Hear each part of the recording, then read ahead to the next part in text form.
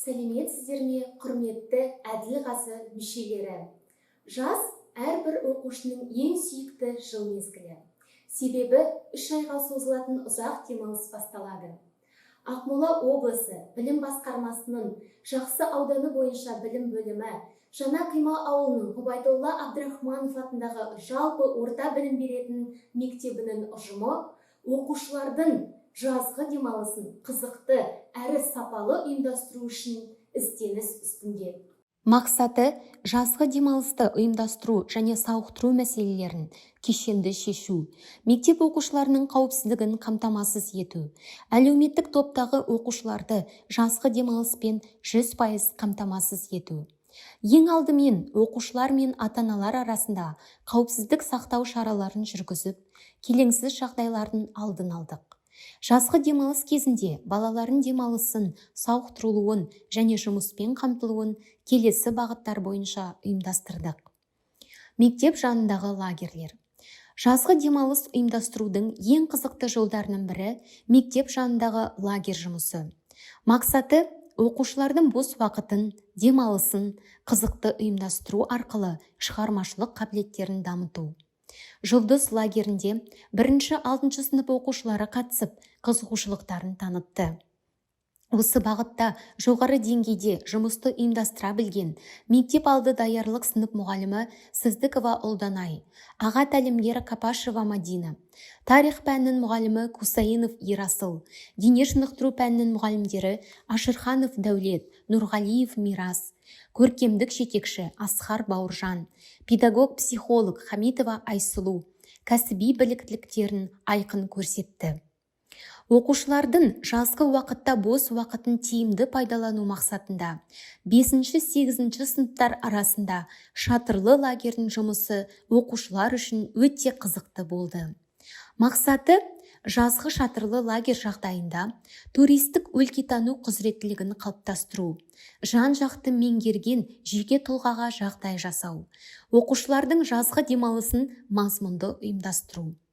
Тарих пәнінің мұғалімдері Ерік Қабежан, Оразалы Темірлан, Кусаинов Ерасыл қызықты жоспар ұсынып, балаларды жұмыла жұмысқа тарта білді. Шатырлы лагердің қыр-сырларын меңгерген оқушылар өлкеміздің тарихымен де танысып, білімдерін толықтырды. Мектеп жанындағы спорттық лагер жұмысын дене шынықтыру пәнінің мұғалімдері Ашырханов Дәулет пен Нұрғалиев Мирас кәсіби біліктіліктерін ұштастырып, жоғары жауапкершілікпен атқарды. Оқушылар да ерекше қызығушылық танытып қатысты.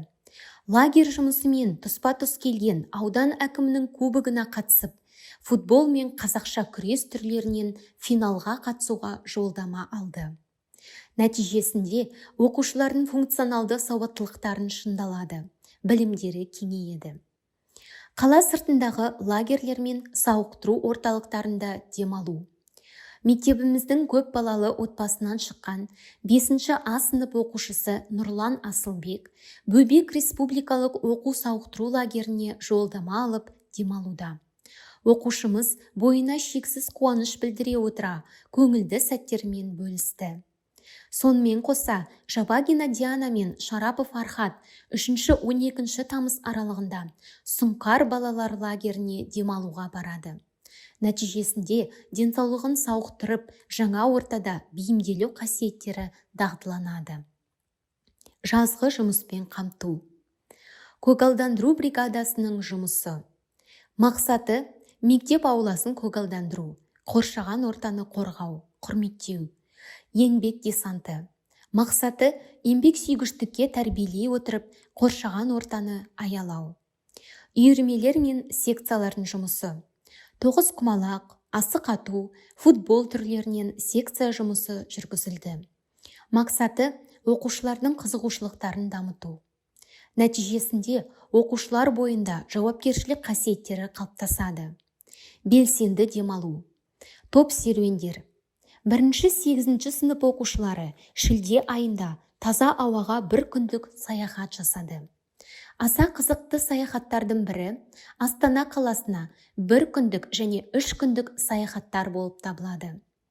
Оқушылар Астана қаласының рухани орталықтарына барып экскурсия жасады.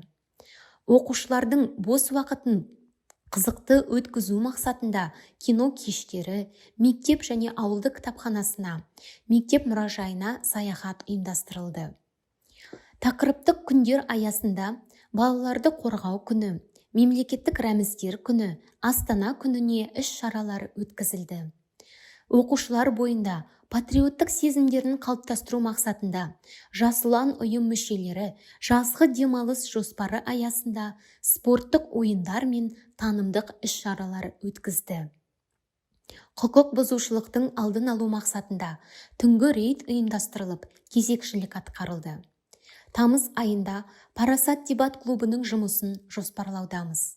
Жұмысымыздың нәтижесін портфолиоға жинақтап, аудандық Жақсы жаршысы газеті мен Қазақ білімі журналына жариялаудамыз.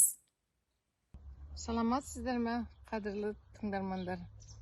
Биыл менің екі немерем Асылбек пен Нұрия мектеп жанындағы лагерде демалды. Оларға ұнады, балалар табиғатқа шықты, ойындар, конкурстар болды, соларға қатысты. Енді Асылбек немерем Алматыда бөбек лагерінде демалып жатыр. Оған өте Алматы ұнады, табиғаты, балалармен танысты, неше түрлі ойындар, конкурстарға қатысып жатыр. Өте жақсы табиғаты деп жазып жатыр ол да бізге. Осындай сапалы, жүйелі жұмыс ұйымдастыру нәтижесінде оқушылардың қызығушылықтары артады, бос уақытын сапалы өткізеді. Ойымды қорытындылай келе айтарым, қызықты және сапалы жазғы демалыс ұйымдастыру құқық бұзушылықтың алдын алудың ең басты кілті болып табылатыны сөзсіз. Назарларыңызға рахмет.